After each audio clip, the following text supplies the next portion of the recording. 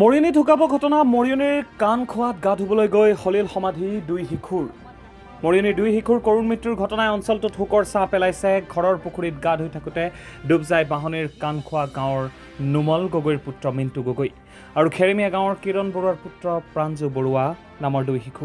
ততাতৈয়াকৈ তিতাবৰ অসামৰিক চিকিৎসালয়লৈ নিয়ে যদিও চিকিৎসকে মৃত বুলি জানিবলৈ দিয়ে। কাণখোৱা প্ৰাথমিক বিদ্যালয়ৰ ৪ৰ্থ আৰু ৫ম শ্ৰেণীৰ ছাত্ৰ আছিল শিশু দুটিৰ ঘৰত শোকাকুল পৰিৱেশ। এই ঘটনাৰ পৰা অভিভাৱকসকলে সাৱধান হোৱাৰ যে প্ৰয়োজন আছে তাকে সূচায়। মৰিয়নীৰ পৰা বীৰেন তাঁতীৰ প্ৰতিবেদন, আদিবাসী নিউজ।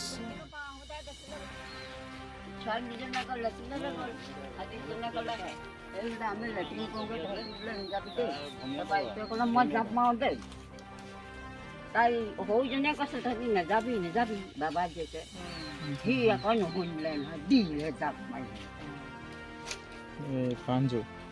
তাৰপৰা নুমলৰ পিতাকে বচাবলৈ যাওঁ, তেতিয়া সি সোমাই পৰিলে।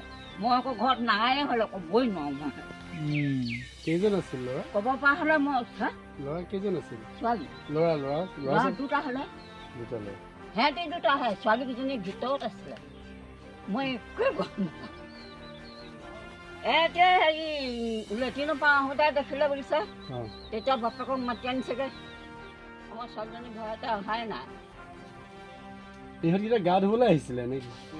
গা ধুবলৈ নাহা ল'ৰাকেইটা নাহা। এই আম খালে, সিহঁতি কথা নুশুনে, সদায় দুপৰীয়া খায়। সেই নাই দুদিন খালে, মই দুদিন খাওঁতে মোক এটা মাৰিবলৈ ল'লে। মই বোলো তহঁতি দুপৰীয়া নাহিবি দেই আম খাবলৈ, দুপৰীয়া বেয়া বোলো। তাৰ বোলে হেৰি যা বোলে খাম বোলে, কি কৰিবি? তাৰপৰা এটাই এটা ল'লে। তাৰ মই বোলো তহঁতক বোলো লগাই দিম দেই, তহঁতি কথা ক'লে নহয় অকণ। আজি আকৌ নেদেখিলোঁ নহয়, মোক ভগৱানে নিলাও তাৰ সেইবিলাক মানুহ ঘৰলৈ গ'লোগৈ। এইখন হ'লে আজিও আম খালে। আজিৰ ঘটনাটো মানে পুখুৰীত গা ধুবলৈ গৈ দুজন শিশু, এজন 8.5 বছৰ প্ৰাঞ্জু বৰুৱা আৰু মিণ্টু গগৈ।